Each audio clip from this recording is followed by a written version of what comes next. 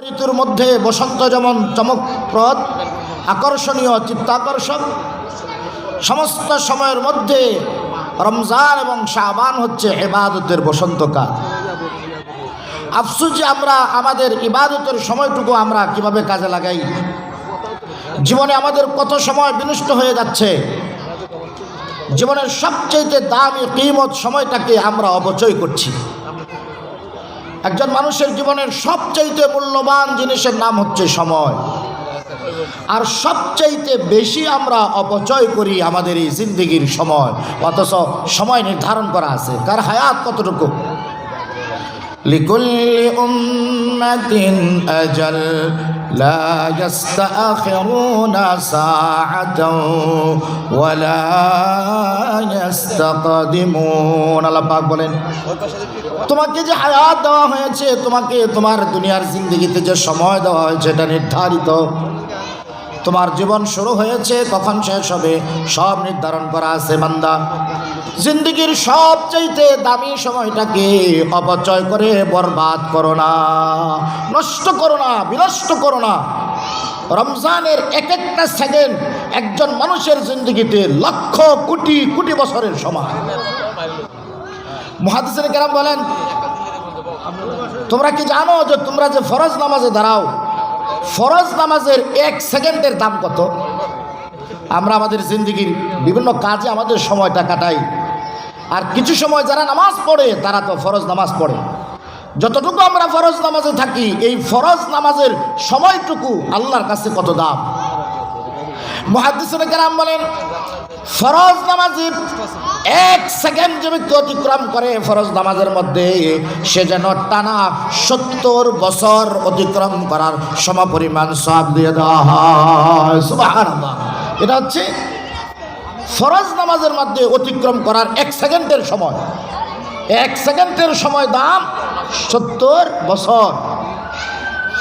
আর রমজান মাসের মধ্যে যে ব্যক্তি ফরজ নামাজ আদায় করে, ফরজ নামাজের এক সেকেন্ড সময় তার জন্য 70,000 বছরের সমপরিমাণ সওয়াব। সুবহানাল্লাহ। আপনারা বুঝছেন কিনা?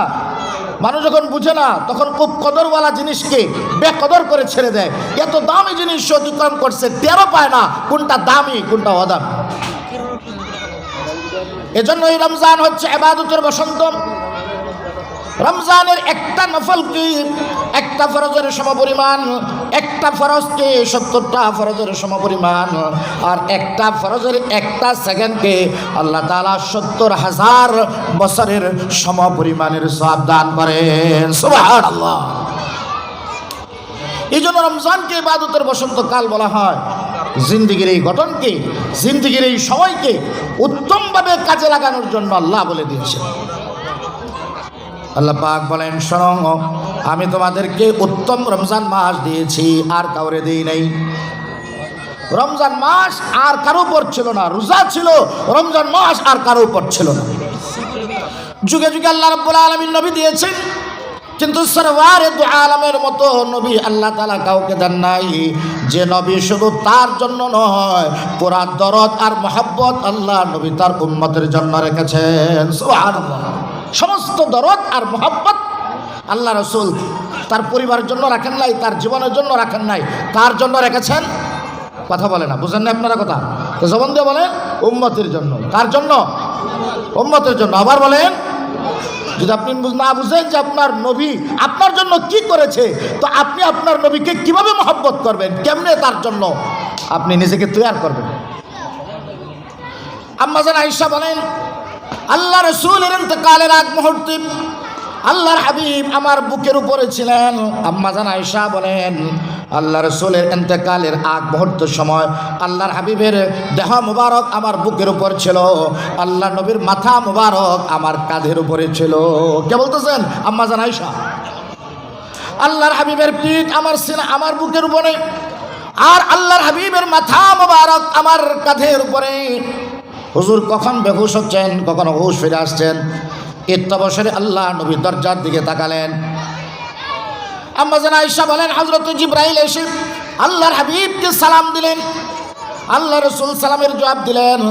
জিবরাইল আল্লাহর হাবিবের দিকে তাকে বলেন, ইয়া রাসূলুল্লাহ, আজকে আমি একা আসি নাই, আমার সাথে আরেকজন ফেরেশতা নিয়ে এসেছি। আল্লাহু আকবার, আমি একা আসি নাই, আমার সাথে আরেকজন ফেরেশতা এসেছে। আল্লাহর হাবিব জিজ্ঞাসা করেন, কে ফেরেশতা, কোন ফেরেশতা? হযরত জিবরাইল বলেন, ইয়া রাসূলুল্লাহ, তিনি মালাকুল মউত হযরত আজরাইল। আপনার অনুমতির অপেক্ষা করছে, আপনি অনুমতি দিলে আপনার হুজরায় প্রবেশ করবে। সুবহানাল্লাহ। জিবরাইল বলছেন, ইয়া রাসূলুল্লাহ, আপনি অনুমতি দিলে আপনার হুজরায় প্রবেশ করবে, অনুমতি না দিলে ফিরে যাবে। আল্লাহর হাবিব বলেন, অনুমতি দেওয়া হলো। হযরত জিবরাইল আসলেন, আয়েশা আল্লাহ নবীকে সালাম দিলেন, সালাম দিয়ে বলেন, ইয়া রাসূলুল্লাহ, আমি আমার জীবনে লক্ষ লক্ষ নবীদের জান কবজ করেছি, কিন্তু কারো কাছে যাইতে আমি অনুমতি তলব করি নাই। আল্লাহু আকবার। আমি মুসা আলাইহিস সালামের কাছে এসেছি, ইব্রাহিম খলিলুল্লাহর কাছে এসেছি, ঈসা রূহুল্লাহর কাছে এসেছি, কারো কাছে আসতে আমি অনুমতি নেই নাই, কিন্তু আপনার কাছে আসার জন্য আমাকে অনুমতি নিতে বলা হয়েছে। সুবহানাল্লাহ। আমার আল্লাহ বলেছেন, আমার বন্ধু অনুমতি দিলে ঢুকবা। ইয়া রাসূলুল্লাহ, আপনার জান কবজ করার জন্য আপনার কাছ থেকে অনুমতি নিতে বলা হয়েছে। আল্লাহর হাবিব বলেন, আমি যদি অনুমতি না দিই তাহলে কি হবে? হযরত জিবরাইল বলেন, হযরত আজরাইল বলেন, আল্লাহর পক্ষ থেকে আমাকে ফিরে যাওয়ার জন্য আদেশ আছে। আল্লাহু আকবার। আজরাইল কি বলতেছেন? যে আপনি অনুমতি না দিলে, হুজুর বলেন, আমি যদি অনুমতি না দেই, তা হযরত মালাকুল মউত বলেন, আল্লাহর পক্ষ থেকে নির্দেশ হচ্ছে আমি যেন ফিরে যাই। হযরত জিবরাইলের দিকে আল্লাহর হাবিব তাকালেন।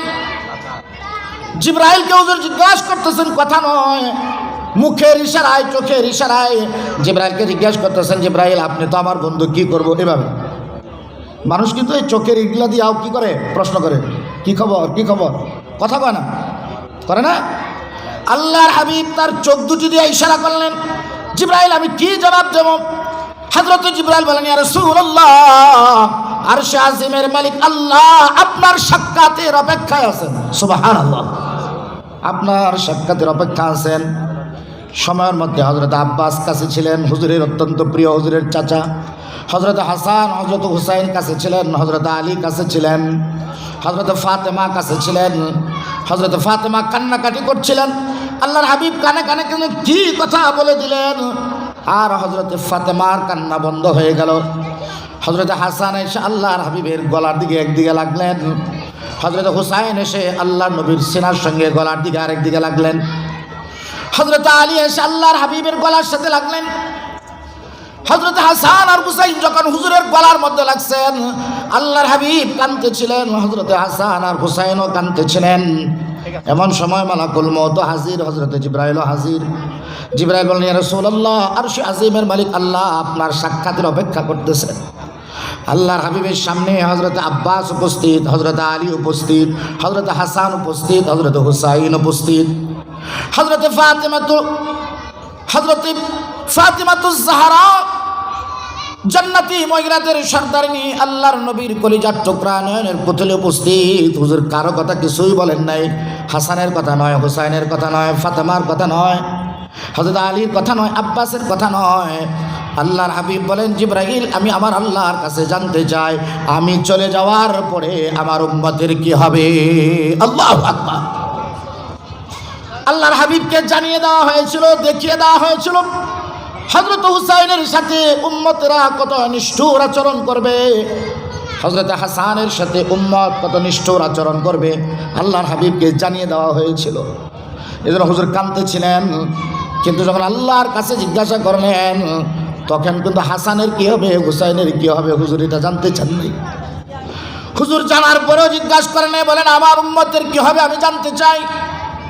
আল্লাহ পাকের পক্ষ থেকে জবাব আসে, জিবরাইল, আমার বন্ধু তার হাসান হুসাইনের কথা জানতে চায় না, ফাতেমার কথা জানতে চায় না, আলীর কথা জানতে চায় না, আব্বাসের কথা জানতে চায় না, আমার বন্ধু তার উম্মতের কথা জানতে চায়। আমার উম্মতকে বলে দিও, আমার বন্ধু আমার কাছে চলে আসার পরে আমি আমার বন্ধুর উম্মতকে একা ছেড়ে দেব না, আমি আল্লাহ আমার বন্ধুর উম্মতকে আমার রহমতের ছায়া তলে রাখবো। আল্লাহু আকবার। আমার বন্ধুর উম্মতকে আমার রহমতের ছায়া তলে রাখবো। কে বলতেছেন এই কথা? রহমতের মালিক কে? মাগফিরাতের মালিক কে? রহিম কে? রহমান কে? মুমিন কে? মুহাইমিন কে? জব্বার কে? কাহার কে? সে জব্বার ও কাহার বলছেন, বন্ধু আপনি চলে আসার পরে আপনার উম্মত একা হবে না, আমার রহমতের ছায়া তলে থাকবে। আপনি মদিনায় জিন্দা থাকবেন, আপনার উম্মতেরা আপনার দরবারে এসে সালাম দেবে। ওগো বন্ধু, আপনি স্বয়ং আপনার উম্মতের সালামের জবাব দিবেন। সুবহানাল্লাহ, সুবহানাল্লাহ। ও প্রিয় ভাইয়েরা, এমন নবীর অনুসরণ, আদর্শ অনুসরণ করব না তো কারটা করব? এমন নবীর চরিত্র গ্রহণ করব না তো কারটা করব? এমন নবীকে ভালোবাসবো না তো কাকে ভালোবাসবো? রাসূলুল্লাহ যদি আল্লাহর কাছ থেকে এই ওয়াদা না নিতেন, তাহলে গুনাহের, বিকৃত গুনাহের কারণে আল্লাহ যেমন বনি ইসরাইলকে পরিবর্তন করে শুকর কুকর বানাইছেন, শুকর বানর বানিয়েছেন, মানুষগুলাকে তাদের বৈচিত্র্য গুনাহের কারণে, নাফরমানির কারণে আল্লাহ শুকরে পরিণত করেছেন, বানরে পরিণত করে শাস্তি দিয়ে তাদেরকে আল্লাহ তাআলা হত্যা করেছেন। এই উম্মতের এই দশা হতো, কিন্তু আল্লাহ তাআলার কাছে তার নবী বলে, আল্লাহ না তার নবীর কাছে আল্লাহ তাআলা বলেন, ওয়ালা সাউফা ইউতিকা রাব্বুকা ফাতারদা। হে নবী, আপনি আপনার উম্মতের ব্যাপারে চিন্তিত হবেন না, আমি আল্লাহ আপনাকে আপনার উম্মতের ব্যাপারে সন্তুষ্ট করে দেব, সন্তুষ্ট করে দেব, সন্তুষ্ট করে দেব। কে বলছেন? আল্লাহ। কারে সন্তুষ্ট করবেন? তার নবীকে। কাকে সন্তুষ্ট করবেন? তার নবীকে। কার ব্যাপারে সন্তুষ্ট করবেন? তার উম্মতের ব্যাপারে। সুবহানাল্লাহ। সে নবী ডাক দিয়ে বলেন, শাহরু রমাদান আল্লাযী উনজিলা ফীহিল কুরআন। আমি তোমাদের হিদায়াতের জন্য, পথ প্রদর্শনের জন্য, সত্য মিথ্যা বোঝার জন্য, হক বাতিল বোঝার জন্য, পার্থক্য করার জন্য আমি আল্লাহ রমজানে তোমাদেরকে লৌহে মাহফুজের উপহার কোরআন কারীম তোমাদের উপরে নাযিল করলাম। সুবহানাল্লাহ। হক বাতিল রে মিশায়া খাইবা, এই জন্য রমজান দেই নাই, কোরআন দেই নাই। সত্য মিথ্যাকে একত্রিত করে দুনিয়া কামাই করবা, এই জন্য কোরআন তোমারে দেই নাই। তোমারে দিছি সত্য মিথ্যার পার্থক্য বুঝবা, হক বাতিলের পার্থক্য বুঝবা, ঈমান কুফরের পার্থক্য বুঝবা, ইতাআত আর তাগুতের পার্থক্য বুঝবা। এই জন্য আমার পক্ষ থেকে আমি আল্লাহ তোমাকে কোরআন দিয়েছি, আর এটা রমজানে তোমাকে উপহার দিয়েছি। জীবনে কত রমজান আইলো গেল, তার কদর করতে পারলাম না। জীবনে কত রোজা গেল, রমজানের কদর আর তাজিম করতে পারলাম না। জীবনের 40-50 বছর চলে গেল, আল্লাহর কোরআনের হক আদায় করতে পারলাম না। জীবনের বসন্ত কাল চলে গেল, আমরা আল্লাহর রাসূলের ইতাআত করতে পারলাম না। ইবাদতের বসন্ত কাল চলে গেল, আমরা আমাদের জিন্দেগিকে আমল দিয়ে সাজাইতে পারলাম না। কথা ঠিক না বলেন? আর যদি উদাস মনে, হ্যাঁ বয়স কত হয়েছে, কত রমজান আইলো, কত রোজা রাখছি, কত রোজা রাখলাম না, কত শবে বরাত আইলো, কত শবে কদর আইলো। জিন্দিগি যদি এভাবেই যায়, জিন্দিগির মূল্যবান সময় যদি এভাবেই অপচয় হয়ে যায়, আর এভাবেই জিন্দিগি বরবাদ হয়ে যায়, তাহলে আল্লাহর কাছে কোনো জবাব থাকবে? আল্লাহ রাসূল বলেন, তোমাকে যে জীবন দেওয়া হয়েছে তুমি এমনি নষ্ট করবা? আহাসিবান নাসু আইয়ুতরাকু আইয়াকুলু আমান্না। তোমরা কি ভাবতেছো আল্লাহর কাছে গিয়ে কইবা আল্লাহ আমরা মুসলমান ছিলাম আর তোমাদের কোনো পরীক্ষা হবে না, এইভাবে তোমরা যাই বাগা? তোমরা কি এটা ভাবছো? কখনোই নয়, কোনোদিনও তা হবে না। আল্লাহ তাআলা বলেন, হাসিবান নাস, মানুষ কি ভাবে, আইয়ুতরাকু, তাদেরকে এমনিই ছেড়ে দেওয়া হবে। একদিন তারা শুধু বলবে আইয়াকুলু আমান্না, আমরা আল্লাহর প্রতি ঈমান আনছিলাম, আমরা মুসলমান। এ কথা কইলেই তোমাদেরকে, এ কথা বললেই তোমাদেরকে ছেড়ে দেওয়া হবে। তোমরা কি এটা ভাবছো? হে আমার প্রিয় ভাইরা, সময় থাকতে ভাববার সময়, সময় থাকতে প্রস্তুতি নেওয়ার সময়, সময় থাকতে নিজেকে তৈয়ার করার সময়, সময় ফুরিয়ে গেলে প্রস্তুতিও হবে না, প্রস্তুতি নেওয়ার সময়ও থাকবে না। আজানের সময় হয়ে গেছে। মুখতাসার এই কথা আপনাদের খেদমতে আমি আরজ রাখলাম। যারা উপস্থিত আছেন আর যারা অনুপস্থিত আছেন, যারা রাস্তায় দাঁড়িয়ে শুনছেন, ঘরে বসে শুনছেন, আর উপস্থিত থেকে শুনছেন, একথা ভালো করে মনে রাখেন, আল্লাহর দেওয়ার সময় এইভাবে অপচয় করলে আপনি আল্লাহর দরবার থেকে বেঁচে যাবেন। কখনো ভাববার বিষয়টা এমন নয়। আল্লাহ জিজ্ঞেস করবেন আপনাকে যে মূল্যবান জিন্দেগি দান করেছিলেন, এই জিন্দেগিতে যে ইবাদতের বসন্তকাল এসেছিল, রমজান এসেছিল, শাবান এসেছিল, আপনার সামনে কোরআন ছিল সত্য মিথ্যা বুঝার জন্য, হক বাতিল বুঝার জন্য, ইতাআত ঈমান ও তাগুত বুঝার জন্য, কতটুকু বুঝেছেন আর কতটুকু আমল করেছেন আল্লাহর দরবারে জবাব দিতে। এজন্য বলেন আল্লাহ পাক বলেন হাসিবান নাস, তোমরা কি ভাবো আইয়ুতরাকু এমনি তোমাদেরকে ছেড়ে দেওয়া হবে আর তোমরা বলবে ইয়াকুল আমান্না, আল্লাহ আমরা ঈমান আনছিলাম, আমরা না মুসলমান ছিলাম, আল্লাহ আমাদেরকে ছেড়ে দাও, আমাদের মাফ করে দাও, এ কথা বললেই তোমাদেরকে ছেড়ে দেওয়া হবে? না না না, বরং তোমাদের ঈমানকে যাচাই করে তোমাদের জিন্দেগির আমল দেখে তারপর তোমাদের কাছ থেকে আল্লাহ হিসাব নেবেন।